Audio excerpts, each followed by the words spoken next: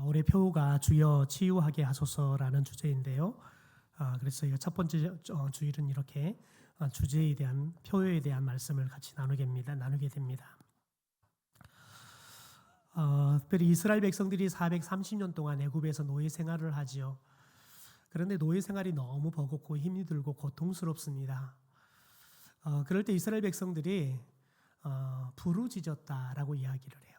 너무 고통스럽고 힘이 드니까 부르짖었다, 기도했단 말이지요. 그런데 하나님께서 이스라엘 백성들의 그 부르짖음을 들으셨다라고 이야기해요.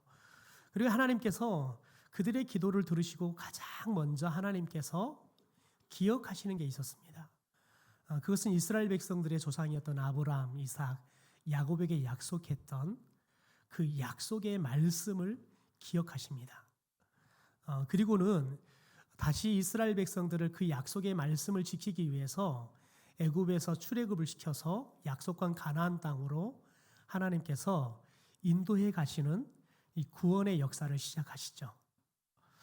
그런데 바로 왕과 애굽 사람들이 이스라엘 백성들을 바로 놔주지 않죠. 그래서 하나님께서 이스라엘 백성들을 구원하기 위해서 10가지의 재앙을 애굽 가운데 내립니다.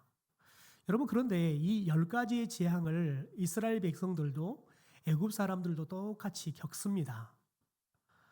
여러분, 그런데 이 재앙을 통해서 애굽 사람들은 고통을 느끼고요. 그래서 이스라엘 사람들을 놔줘야겠구나라는 생각들을 하죠. 그러나 이스라엘 백성들은 하나님을 보게 되어집니다. 하나님이 자신들을 구원하시는 하나님의 구원의 손길을 보게 되죠. 그래서 이스라엘 백성들이 애굽에서 출애굽을 해서 광야의 길을 가다가 홍해를 만납니다. 그런데 우기였기 때문에 홍해물이 가득해서 이스라엘 백성들이 홍해 바다를 건널 수가 없는 상황이 됩니다. 그런데 애굽 군대가 이스라엘 백성들을 놔줬는데 가만히 생각해 보니까 이 사람들이 가버리면 지금까지 어렵고 힘든 일들은 다 이들이 했는데 여러분, 너무 아쉬운 거죠. 그래서 다시 이스라엘 사람들을 잡아가기 위해서 마병으로 무장한 애국 군대가 쳐들어오기 시작합니다. 앞에는 홍해 바다가 그냥 넘실거리는 물이 가득해서 이스라엘 백성들을 삼킬 듯이 넘실거리고 있고요. 뒤에는 애국 군대가 이스라엘 백성들을 잡아가기 위해서 지금 막 달려오고 있는 겁니다. 그런데 하나님께서 홍해 바다를 동쪽에서 바람을 불어 와서 이 바다의 물을 양쪽으로 다 물러가게 하시고 물이 가득했던 이 홍해 바다에 길을 내시죠. 마른 길을 내셔서 마른 길을 이스라엘 백성들이 뚜벅뚜벅 걸어서 가게 합니다. 여러분, 한번 상상을 해보십시오. 물이 그냥 물벽이 되어서 그 사이를 이스라엘 백성들이 건너가는 겁니다. 여러분, 그것은 인류 역사 이래 딱 그 사람들만 경험한, 여러분, 그야말로 환상적인 경험 아니겠습니까?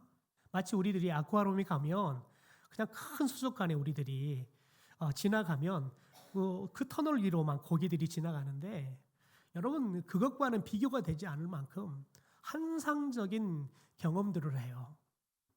이스라엘 백성들이 그래서 이 홍해 바다를 건너갑니다.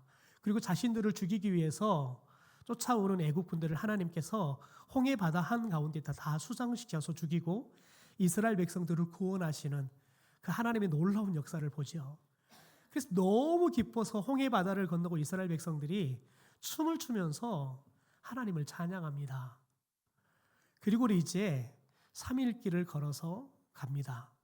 그런데 3일 길을 걸어가도, 더군다나 광야의 길을 걸어가는데 물이 보이지 않습니다.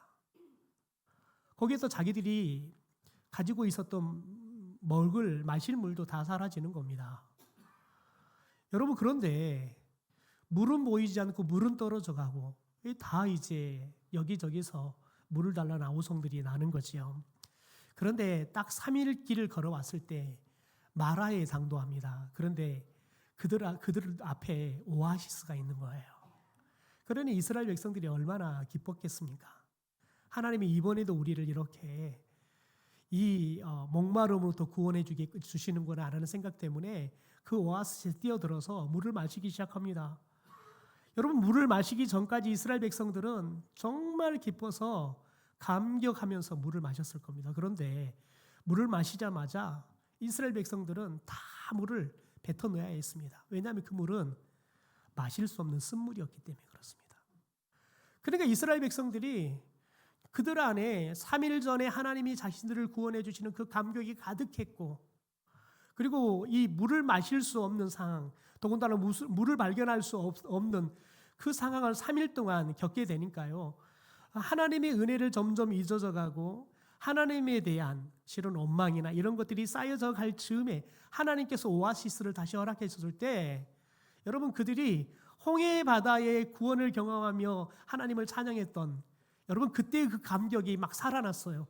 그런데 그 감격을 채 느끼기도 전에 그들의 입에 들어오는 물 때문에 여러분, 그들은 하나님을 그냥 까마득하게 잊어먹어 버립니다. 하나님의 은혜에 대한 여러분 감격과 감사는 다 사라져 버립니다. 그리고는 하나님의 사람이었던 모세를 향해서 원망을 토해내기 시작하지요. 여러분, 이게 인간이에요. 이게 인간이라고요. 여러분, 인간이 작심삼일이라는 말이 있잖아요. 이스라엘 백성들을 하나님의 말씀으로 훈련되지 않는 자연인 그대로의 이스라엘 백성들, 이제 갓 하나님으로부터 구원받은 여러분 이스라엘 백성들의 믿음의 수준이 이거예요. 3일을 못 가는 거예요. 여러분, 은혜가 내게 오면 그 순간은 감격하지만 은혜가 없는 것 같으면 여러분, 하나님이 없는 애굽 사람들과 전혀 다르지 않는, 그래서 모세를 향해서 원망하고 불평을 막 쏟아내는 겁니다. 여러분, 그런데 모세가 어떻습니까? 모세도 똑같이 홍해 바다의 기적을 경험했고 똑같이 3일 동안 물 못 마셨습니다. 똑같이 물을 발견하지 못했습니다. 똑같이 마라에 도착해서 물을 마셨지만 쓴물을 먹었습니다. 여러분, 그런데 이스라엘 백성들과 하나님의 사람이었던 모세와 여기에 차이가 나는 겁니다. 하나님께서 훈련시키셨던 이 모세, 그래서 하나님이 부르시고 하나님의 사람으로 사명을 주셨던 이 모세와 이제 갓 구원해 주었던, 그래서 이제 갓 하나님의 백성이 된 이스라엘 백성들과 차이가 바로 여기에 나는 겁니다. 이스라엘 백성들은 하나님의 은혜를 경험하지 못할 때 하나님을 여러분 잃어버리고 은혜에 대한 감격도 다 쏟아버리고 원망하고 불평합니다. 그러나 모세는 무엇을 합니까? 오늘 25절에 보니까 모세가 여호와께 부르짖었다라고 이야기합니다. 여러분, 모세도 백성들과 똑같은 성정을 가진 사람 아니겠습니까? 물을 마시지 않으면 목이 말라요. 오아시스라고 마셨는데 쓰면 자기도 모르게 여러분 목말라서 이제 됐다 생각하고 마셨는데 그게 쓰면 나도 모르게 이 씨 여러분 나오는 거예요. 여러분, 그런데 모세는 그때 달랐다고요. 여러분, 똑같이 불평하고 원망할 수 있는 상황이에요. 그런데 모세는 하나님 앞에 부르짖었다는 거예요. 여러분, 생각해 보세요. 이스라엘 백성들은 그러지 않았습니까? 430년 동안 노예로 고통당할 때 그들이 하나님께 부르짖었어요.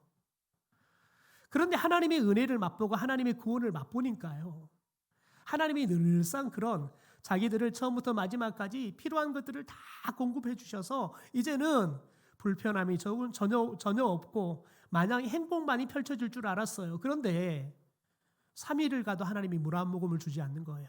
물 구경을 못하게 하는 거예요. 세상에 물을 주셨는데 세상에 먹지도 못할 물을 주셨어요. 그러니까 여러분, 하나님의 은혜 쌍그리 잊어먹어 버리는 거예요. 그리고 불평하고 불만하는 거예요. 그러나 여러분, 하나님의 사람이었던 모세는 전혀 다른 반응을 보인다는 거예요. 여러분, 불평하고 불만할 때 모세는 하나님 앞에 불평하고 불만한 그 에너지, 그 시간 하나님께 부르짖어 기도했다는 거예요. 여러분, 바울도 그리스도인들이 살아가면, 하나님 믿고 살아가면 하나님께서 늘상 우리에게 형통한 삶을 줄 것 같지만 우리 그리스도인들에게 이렇게 염려하고 불평하고 불만할 수 있는 상황이 온다는 거예요. 그럴 때 우리 그리스도인들은 그 염려를 어떻게 처리해야 되는지 그 비결을 이렇게 말합니다. 빌립보서 4장입니다. 우리 같이 한번 읽어볼까요? 시작. 아무것도 염려하지 말고 오직 모든 일에 기도와 간구로 너희 구할 것을 감사함으로 하나님께 아뢰라. 그리하면 모든 지각에 뛰어난 하나님의 평강이 그리스도 예수 안에서 너희 마음과 생각을 지키시리라. 여러분, 우리 가운데 염려할 거리가 생겨요. 여러분, 그런데 어떤 염려거리로도, 여러분 염려할 것이 생겨도 우리에게 염려하라고 말하십니까? 염려하지 말래요. 아무것도 염려하지 말래요. 그러면서 뭐 하래요? 염려할 상황이 생기면 여러분 오직 모든 일에, 모든 염려할 일에 염려하지 말고 뭐 하라는 거예요? 기도하라는 거예요. 기도할 때 어떻게 기도하라는 거예요? 감사함으로 아뢰라는 거예요. 감사함으로 기도하라는 거예요. 불평하고 원망하고 기도하지 말고 감사함으로 기도하라는 거예요. 여러분 언제 감사할 수 있습니까? 이렇게 말합니다. 모든 지각에 뛰어난 하나님께서, 다시 말해서 우리의 상황에 대해서 다 아시고 또 우리의 이 염려를 완벽하게 해결해 줄 수 있는 하나님이라는 믿음이 있을 때, 저와 여러분이 이 하나님 바라보면, 염려했다가도 우리가 하나님 바라보면 염려가 기도가 되는 거예요. 여러분, 그럴 때 하나님께서 우리에게 평강을 주신다는 거예요. 우리의 마음, 우리의 생각을 지켜주신다는 거예요.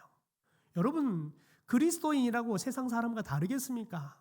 배고프면 똑같이 배고픔을 느껴요. 목이 마르면 똑같이 목이 말라요.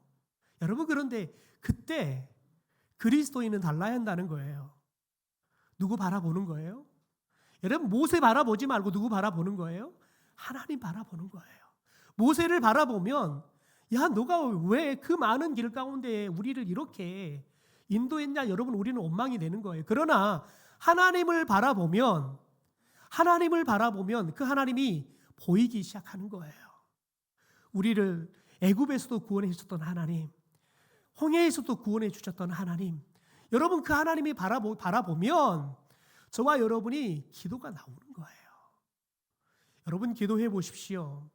지금 당장 기도가 끝나도 우리의 염려거리가 해결이 되지 않아도 여러분 우리의 마음과 우리의 생각이 하나님이 주시는 평안함으로 충만하게 될 줄 믿습니다.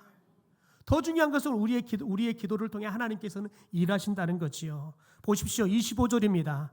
하나님이 모세의 기도를 듣고 어떻게 일하신지 볼까요? 25절 같이 자막을 보고 읽죠. 시작. 여호와께서 그에게 한 나무를 가리키시니 그가 물에 던지니 물이 달게 되었더라. 거기서 여호와께서 그들을 위하여 법도와 율례를 정하시고 그들을 시험하실세. 여러분, 모세가 기도하시니까요, 하나님이 모세의 기도에 응답하셨어요. 어떻게 해요? 여러분, 하나님께서 한 나무를 가르쳐요. 그리고는 그 나무를 저 마라의 쓴물에 던져 넣어라. 하나님께서 말씀하시는 거예요. 그랬더니 모세가 이 하나님의 말씀에 순종해서 나무를 들어서 마라의 쓴물에 던져 넣습니다. 여러분 생각해 보십시오. 여러분이라면 어떻게 하시겠습니까? 여러분, 지금 200만이 넘는 이스라엘 백성들이 먹어야 할 여러분 그 거대한 여러분 물이 있는 그 오아시스는 다 쓴물이에요. 여러분, 그런데 하나님께서 겨우 나무 하나 들어서 집어넣으라고 말해요. 여러분, 기도했는데 하나님, 이스라엘 백성들이, 이 백성들이 먹을 물이 없어서 저에게 저렇게 원망하고 불평합니다. 어떻게 좀 해결해 주십시오. 기도했더니 하나님께서 나무 들어서 저 거대한 오아시스에다가 집어넣으래요. 여러분은 어떻게 하실 것 같습니까? 에이, 아유, 말이 되는 소리 하나님 하십시오. 아이, 저 나무를 집어넣는다 그런들 저 물이 어떻게 마실 물이 되겠습니까? 여러분, 우리는 번뜩 그런 생각이 들 거예요. 우리는 하나님의 말씀에 대해서 반응을 보이는 게 아니라 우리가 가지고 있는 상식에 대해서 반응을 보일 거라는 거예요. 여러분, 그런데 모세는 자신의 상식이 아니라 하나님의 말씀에 반응을 보입니다. 그래서 하나님의 말씀대로 나무를 들어다가 쓴물에 넣습니다. 여러분, 모세가 말씀에 순종할 때 놀라운 것은 그 쓴물이 단물로 변합니다. 먹을 수 없는 물이 마실 수 있는 물로 변하는 거예요. 여러분, 그래서 이 쓴물이 달게 된 후에 이렇게 모세는 그 이후에 모세의 이 오경을 기록할 때 이렇게 기록합니다. 25절 하반절에 보면 거기서 여호와께서 그들을 위하여 법도와 율례를 정하시고 그들을 시험하실세. 여기서 시험하다, 테스트했다는 거예요. 우리를 유혹했다는 것이 아니라 여러분, 우리를 시험을 치루었다는 거예요. 여러분, 평상시 우리들이 내가 믿음이 얼마나 좋은지 우리가 평안할 때는 몰라요. 그런데 여러분, 우리가 마라와 같은 여러분 문제를 만났을 때 우리의 믿음의 실력이 나와요. 하나님께서는 이스라엘 백성들을 구원하시고 하나님의 백성으로 부르셨어요. 그런데 여러분, 이 마라는 하나님께서 왜 인도하셨냐면 이스라엘 백성들을 시험을 치루어서 야, 너희들 믿음의 실력이 이것뿐이 되지 않아. 그리고 하나님께서 이스라엘 백성들의 이 믿음의 실력을 키울 수 있는 방법을 가르치시기 위해서 시험을 치르시는 거예요. 그래서 마라를 허락하시는 거예요. 여러분, 기억하십시오. 저와 여러분이 예수 그리스도를 믿어도, 우리가 아무리 기도해도, 우리가 아무리 예배를 많이 드려도 여러분, 우리에게는 마라가 반드시 찾아올 거예요. 왜요? 여러분, 마라를 통해서 하나님께서는 우리의 믿음의 수준을 늘 들여다보게 해요. 그리고 우리가 그 믿음의 수준을 업시킬 수 있는, 그 수준을 높일 수 있는 방법을 가르쳐 주시기 위해서 마라를 허락하실 줄 믿습니다. 그러므로 여러분, 우리가 이 진리를, 하나님의 섭리를 깨닫는다면 마라가 여러분 원망하고 불평할 거리가 아니라 하나님은 이 마라를 통해서 나에게 무엇을 가르쳐 주려고 하시는지, 여러분, 저와 여러분이 여기에 집중하기 시작하면 우리의 믿음의 수준이 보이기 시작할 거예요. 여러분, 그러면 믿음의 수준이 보이기 시작하면 내가 이 부분이 약하구나.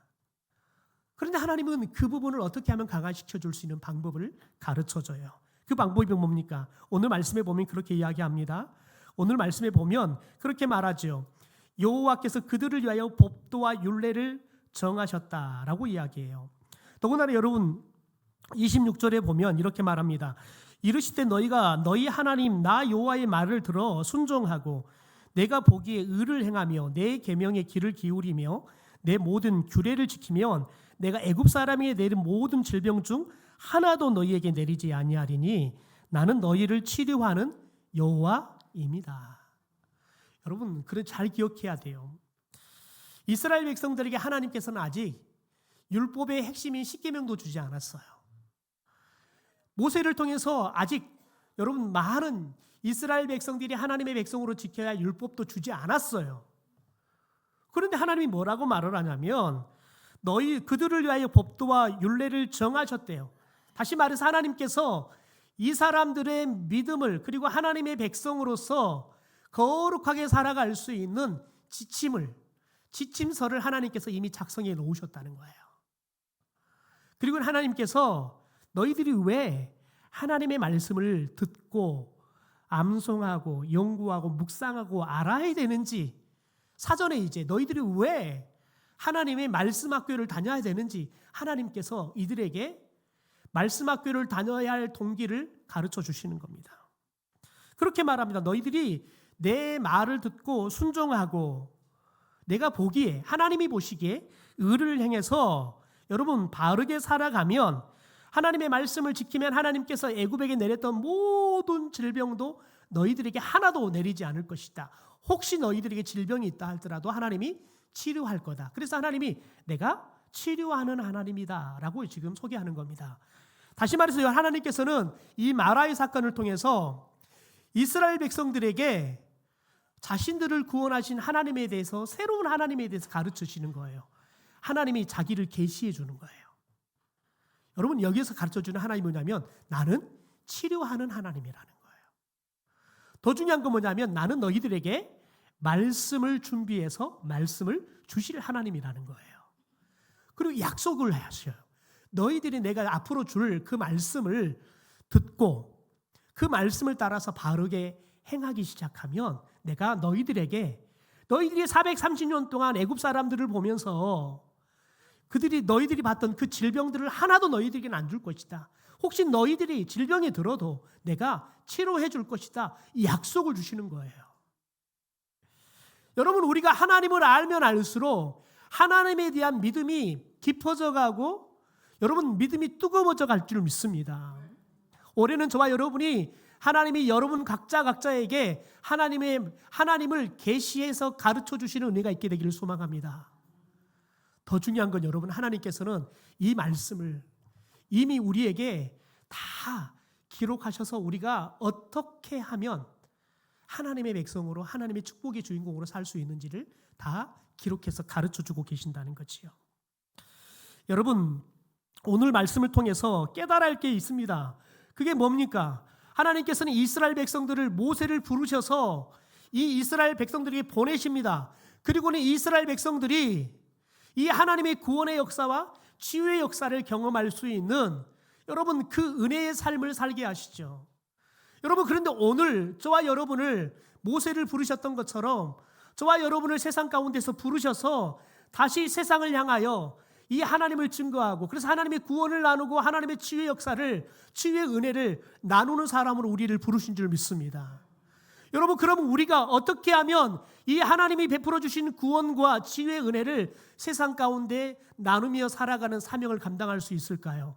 오늘 26절에 간략하게 세 가지의 해답을 찾아보도록 하겠습니다. 첫째, 하나님의 말씀을 듣고 그 말씀에 순종해야 한다는 거예요. 여러분, 우리가 하나님의 말씀을 듣고 순종할 때 하나님께서 여러분 우리에게 놀라운 은혜를 베풀어 주신데 어떤 은혜입니까? 구원의 은혜를 베풀어 주시고 치유의 은혜를 베풀어 주겠다는 거예요. 애굽의 노예에서 그들을 여러분 가나안 땅으로 인도해 주셔서 완전한 구원을 이루게 하실 거라는 거예요. 동시에 하나님께서는 이들에게는 병도 걸리지 않게 하고 걸려도 치유하는 역사를 베풀 거라는 거예요.